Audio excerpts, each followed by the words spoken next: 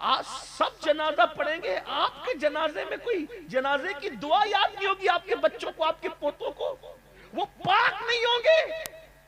सोच, आज जुआ खेल रहे हो मोबाइल पर, क्या क्या कर रहे हो, सूअर के खून में हाथ रंगे होंगे। इमाम हुसैन से मुसाफा कर सकोगे कयामत में? अपने नबी से मुसाफा कर सकोगे कयामत में? बताओ, पछताओगे, सिर्फ पछताओगे।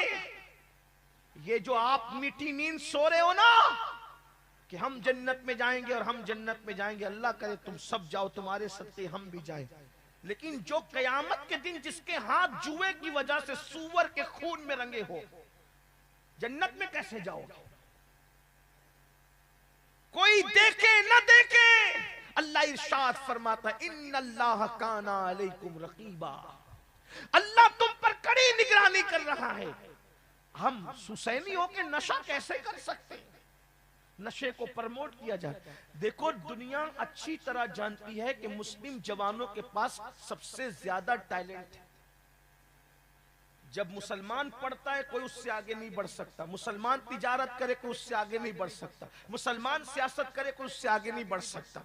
आपसे पूछता हूं, आपने इतना बड़ा जलसा किया, मैं आप सब कमेटी वालों को सलाम करता हूं, आप बताओ आपके गांव में मकतब कितने चलते हैं जिसमें बच्चों को कुरान पढ़ाया जाए? कोई जवाब दे सकते हैं? यहाँ जहां जहां से आए मुझे बताओ, कितने मकतब चलाते हैं आप लोग? उलमाए किराम में से मैं रहनुमाई चाहता हूं, इस गांव में कितने मकतब चलते कुरान पढ़ाने के लिए? कोई मकतब नहीं है, कोई मकतब नहीं, कोई मदरसा नहीं है। क्या मतलब है? क्या मतलब है? मतलब क्या है? आप मुझे बताओ। अगर तुम्हारे गांव के अंदर कोई मकतब नहीं चलता तो तुम्हारे मरने के बाद तुम्हारा बेटा जनाजा पढ़ सकेगा तुम्हारा? क्या कर रहे हो? लाखों रुपए खर्च करते हो जलसे पे। मैं मना नहीं कर रहा हूं जलसा करने का, लेकिन जितना जलसे पे करते हो उसका आधा मकतब पे करोगे ना तो तुम्हारे बच्चे सही कुरान पढ़ लेंगे। अपने बच्चों पे जुल्म कर रहे हो, अल्लाह को जवाब क्या दोगे? बुजुर्गों ने फरमाया, जिसने दुनिया में कुरान पढ़ना नहीं सीखा, मरने के बाद वो अंधा उठाया जाएगा कयामत में। कब तक शोबाजी में डूबे रहोगे? अगर अपने बच्चों को कुरान नहीं पढ़ाया, ये जलसे आपको बख्शवा नहीं सकेंगे। शायद कोई मुकर्रिर ये बात न कह सके, इसलिए कि जिन्होंने पेशा बनाया है तकरीर को, वो ये कहने की हिम्मत करे ना करे, वरना हम तो लानत करते उस फिक्र पर कि रसूलुल्लाह के नाम को बेचा जाए। आइंदा रमजान शरीफ आने के बाद आपकी जिम्मेदारी है पहले मकतब कायम करें, वरना तुम्हारे यहां तुम्हें मरने के बाद कोई गुस्ल नहीं देने वाला होगा सही, आखिरी गुस्ल भी सही नसीब नहीं होगा। पहला गुस्ल तो पता नहीं दाई ने कैसा दिया, खुदा जाने। कम से कम अल्लाह के हुजूर तो अच्छा गुस्ल करके जाने के काबिल बनो। मैं कोसने नहीं आया, ये मेरे दिल का दर्द है जो आने वालों से मैं कह रहा हूं। आज सब जनाजा पढ़ेंगे, आपके जनाजे में कोई जनाजे की दुआ याद नहीं होगी, आपके बच्चों को, आपके पोतों को, वो पाक नहीं होंगे। सोचो मरने के बाद कितना पछताओगे, तड़पोगे, लेकिन मौका जा चुका होगा, हाथ से मौका जा चुका होगा। इल्म की तरफ पेशकदमी करो, जलसों पे जलसा करो, लाखों खर्च मत करो, जलसों का खर्च कम करो, तालीम पे खर्च करो, मदरसा बनाओ और नई दालूम बना, मकतब बनाओ भाई अच्छा करो। और एक बात बताता हूं, मकतब बनाकर किसी नाजरा खां को मत रख देना, जो खुद ही कुरान सही नहीं पढ़ना जानता, खाला अम्मा को मत रख देना, किसी जो है वो गांव में जो कोई काम के काबिल नहीं उसको मत रख देना। क्यों? इसलिए कि जब बच्चों को कोचिंग पढ़ाना होता है, ट्यूशन में भेजना होता है, तो बोलते हैं सबसे अच्छा कोच कहाँ मिलेगा, सबसे अच्छा ट्यूशन पढ़ाने वाला कहाँ मिलेगा। इंसान की किताब पढ़ाने के लिए हजारों रुपए खर्च करते हो, अल्लाह की किताब पढ़ाने के लिए 500-1000 पे काम चला दोगे? नहीं। बेहतरीन कारी कुरान रखो, जो मखरज के साथ कुरान पढ़ना जानता हो, पढ़ाना जानता हो, ताकि आपका बच्चा बच्चा कुरान सही पढ़ सके। सोचो ना, मरने के बाद आप बताओ, अगर सब जनाजा पढ़े और आपका बेटा जनाजा ना पढ़े, कितनी दर्दनाक सूरत है। आप हुसैनी कहते हैं, मैं आपसे पूछता हूं, इमाम हुसैन के घर में अनपढ़ कौन है? बता, मेरा चैलेंज है। अनपढ़ तो किसी का बाप भी नहीं बता सकता। ये बात मैं शुक्र के साथ फख्र से कह रहा हूं। इमाम हुसैन का घराना वो है, जितने उनके घर के बेटियां और बेटे हैं सिर्फ पढ़े लिखे नहीं थे, अपने जमाने के सबसे बड़े पढ़े लिखे। वाह वाह वाह वाह। अब मैं आपके सामने वो वरक खोलना चाहता हूं। और याद रखना, सैयद होने के एतबार से असबियत में नहीं कह रहा हूं, वल्लाह हम असबियत पे लानत करते हैं, लेकिन आपको बताऊं इमाम हुसैन के घर में जो पढ़े हुए थे उस दौर में उन जैसा पढ़ा लिखा कोई नहीं था। आइए देख लीजिए, अल्लाह अकबर, ये इमाम ज़ैनुल आबिदीन है। इमाम ज़ैनुल आबिदीन, इनसे बड़ा दौरे ताबईन में आपको पढ़ा लिखा मिले तो बताइए। उसके बाद इमाम बाकिर, इनका नाम बाकिर नहीं है, इनको बाकिर कहा जाता है। बाकिर का माना कभी सोचा? इनका नाम मोहम्मद है, इनको बाकिर क्यों कहते हैं? बाकिर कहने की वजह यह है, बाकिर कहते हैं पोस्टमार्टम करने वाले को, पीएम करने वाले, चीर फाड़ करने वाले। भाई ये चीर फाड़ करना क्या फजीलत हुई? बाकिर बाकिर कह रहे हो, चीर फाड़ करने वाला, चीर फाड़ करने वाला। कभी सोचा ये चीर फाड़ करने वाला क्यों कहते हैं? जब इमाम मोहम्मद बाकिर के सामने कोई मसला पेश किया जाता तो इतनी बारीकियों से उसको समझा देते कि लोग कहते इन्होंने तो मसले का पोस्टमार्टम कर दिया, इसका जो है वो चीर फाड़ करके रख दिया, यानी दाएं बाएं सुगरा कुबरा हद्दे औसत सब के सब समझा करके रख दिया। अल्लाह अकबर, ये बाकिर है बाकिर। उसके बाद इमाम जाफर सादिक को देखो, अल्लाह अल्लाह, करोड़ों हनफियों का इमाम, दाता अली हुजवेरी का इमाम, गरीब नवाज का इमाम, महबूब इलाही का इमाम, जिसके पास इल्म की खैरात हासिल करने जाता है इमाम आज़म अबू हनीफा, वो सैयदना इमाम जाफर सादिक की जात। सुभान अल्लाह, नारे तकबीर, नारे। अरे मर्द तो मर्द, मर्द तो मर्द है। इमाम जाफर सादिक के बेटे हैं अबू इसहाक, इमाम जाफर सादिक के बेटे अल्लाह क्या अबू इसहाक, उनकी बीवी है सैयदा नफीसा मिस्री, इमाम जाफर सादिक की बहू है। और ये नफीसा मिस्री कौन है पता है? ये हुसैनी खानदान की बहू है और इमाम हसन के घर की बेटी है, जिसे दुनिया नफीसा मिस्री कहते। नफीसतुल इल्म अपने शौहर के साथ मदीने मुनव्वरा से हिजरत करके मिस्र आई।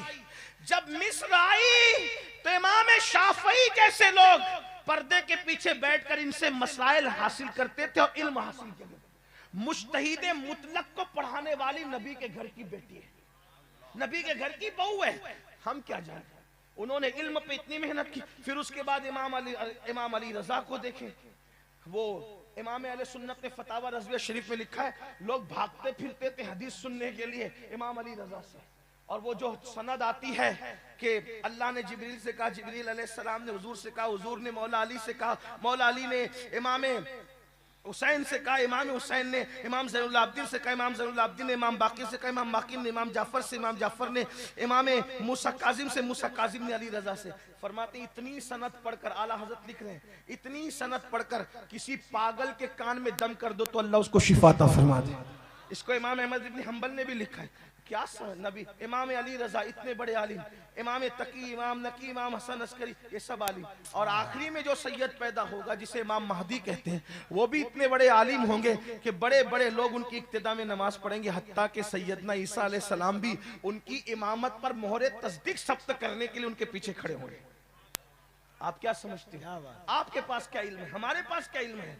याद रखना, ये जलसे वो आवाज है, ये जलसे तवज्जो करना, बुरा मत माना, ये जलसा एक ख्वाब है। ख्वाब जैसे ख्वाब देखते हैं उसके बाद खत्म हो जाता है। बिल्कुल जलसे बेमाना भी नहीं है। मैं नहीं कह रहा हूं कि बिल्कुल बेमाना है, कोई फायदा नहीं, कुछ नहीं। अगर कोई फायदा नहीं होता तो मैं घर छोड़ के यहाँ आता क्यों? फायदा है। यही गुफ्तगू सुन के तो इनकलाब आएगा ना, इंशाल्लाह आएगा, तब्दीली आएगी, आ रही है। अल्लामा साहब की गुफ्तगू सुन के तब्दीली आ रही, बड़े बड़े बुजुर्गों की, ये तो जलसों ने जो इनकलाब हिंदुस्तान को आजाद कराया, जलसों ने आजाद कराया, जुलूस ने। ये बिल्कुल बेअसर नहीं है। जो लोग बिल्कुल गुलू करते हैं कि कोई फायदा नहीं, कोई फायदा नहीं, उनसे कहते हैं कि आप घर बैठे, कोई फायदा नहीं। हिंदुस्तान आजाद हुआ है जलसे जुलूसों से, इनकलाब आया जलसे जुलूसों से, और भी पूरी तारीख है जलसे जुलूसों की। लेकिन आपको ये कहता हूँ, मुअस्सिर बनाने की कोशिश करें। बिल्कुल इसको गालियां ना दे, लेकिन इसको मुअस्सिर बनाए। इमाम मुफ्ती अहमद यार खान ने बहुत अच्छी बात कही थी, कफील भाई, कहा कि अगर मस्जिद में कुत्ता घुस जाए तो मस्जिद तोड़ने की जरूरत नहीं है, कुत्ते को निकालने की जरूरत है। तो ऐसे ही अगर जलसों के अंदर जो है वो कोई गंदगी घुस गई है तो जलसे बंद करने की जरूरत नहीं है, जलसों से गंदगी निकालने की, ये बात है ना। हाँ, तो बिल्कुल भी जलसों को कोसने की कोशिश ना करें। लेकिन आपसे ये कहता हूँ, जलसा है ख्वाब की तरह। ख्वाब का क्या मतलब हुआ? ख्वाब का मतलब ये कि आपने ख्वाब अच्छा देखा तो आप खुश होते, ख्वाब बुरा देखें आप तो आप गमगीन होते हैं। लेकिन अच्छा ख्वाब हो या बुरा ख्वाब हो, ख्वाब होता बहरहाल ख्वाब है ना। जब आपने आंख बंद की ख्वाब देखा, आंख खुली, ख्वाब खत्म। लेकिन अब अगर ख्वाब सच्चा है तो उसकी ताबीर भी अच्छी होती है। तो ऐसे ही जलसा अगर अच्छा करोगे ना तो उसका नतीजा भी अच्छा निकलेगा। लेकिन ये बहुत देर तक इसका असर नहीं रहता। अगर इसके पीछे अमल का जज्बा कार फरमा ना हो तो ये अल्फाज हवा में तहलील होकर के खत्म हो जाएंगे, बहुत देर तक इसके असरात नहीं रहेंगे। तो मैं अपने जवानों से कहना चाहता हूं, अगर काफिला हुसैनी में शमूलियत चाहते हो, तौबा करो गुनाह से, नमाजी बनो, नशे से तौबा करो। इसलिए कि नशे करने वालों के लिए अल्लाह के रसूल अलैहिस्सलातु व तस्लीम ने यहां तक इरशाद फरमाया कि वो क़यामत के दिन सूअर और बंदर की शक्ल में उठेंगे। सूअर और बंदर। तौबा करो, बदलो, जिंदगी में इनकलाब पैदा कर। औरतों पर बदनजरी ना करो, जिना की तरफ ना जाओ। अल्लाह अकबर। हदीस पाक में आता है कि जिसने दुनिया में एक बार भी जिना किया और सच्ची तौबा किए बगैर मर गया, अल्लाह पाक ने हजरत मूसा से कहा, ऐ मूसा, जो जिना करके मरेगा मैं उसको आग का, जहन्नम की आग का बना हुआ लिबास पहनाऊंगा। और वो लिबास जहन्नम की आग का इतना वजनी होगा, इतना वजनी होगा, अगर वो किसी पहाड़ पे रखा जाए तो पहाड़ भी रेजा रेजा हो जाए। थोड़ा गौर कीजिए, सोचिए। जानी को अल्लाह जहन्नम का वो लिबास पहनाएगा कि पहाड़ भी उसके वजन की वजह से रेजा रेजा हो जाएगा। जहां पहाड़ रेजा रेजा हो जाए, हमारा ये नाजुक सा वजूद जो सर्दी बर्दाश्त नहीं कर सकता, ये नाजुक सा वजूद जो गर्मी बर्दाश्त नहीं कर सकता, अपने आप पे रहम कर लो। बहुत दिन तक के रंगरेलियां मनाने का मौका नहीं मिलेगा। एक दिन रूह का रिश्ता जिस्म से टूट जाएगा। हर मुजरिम को मेरा अल्लाह उसके किए की सजा अता करता है। उसका इरशाद है, इन्ना बत्शा रब्बिका लशदीद, तेरे रब की पकड़ बड़ी सख्त है। देखो यजीद ने कितना नंगा नाच किया, यजीद ने कितना नंगा नाच किया। अल्लाह अकबर। काबे पे पत्थर बरसवा दिए, मस्जिद नबवी में घोड़े बंधवा दिए, मस्जिद नबवी में 3 दिन तक नमाज बंद करवा दी। अपनी हुक्मरानी से वो दहशतगर्दी की। लेकिन जब यजीद मरा तो कितनी इबरत की मौत मरा। मरने के बाद उसका लाशा ढूंढा जाता था। रिवायतें मुख्तलिफ है, लेकिन मैं इक़दुल फरीद से पढ़ रहा हूं ये रिवायत। इक़दुल फरीद में है, यजीद के मरने के बाद कई दिन तक उसकी लाश ढूंढी गई, नहीं मिली। जब मिली शिकारियों को और लकड़हारों को, तो उसकी लाश में कीड़े चल रहे थे, कीड़े। अल्लाह के दीन का जो मजा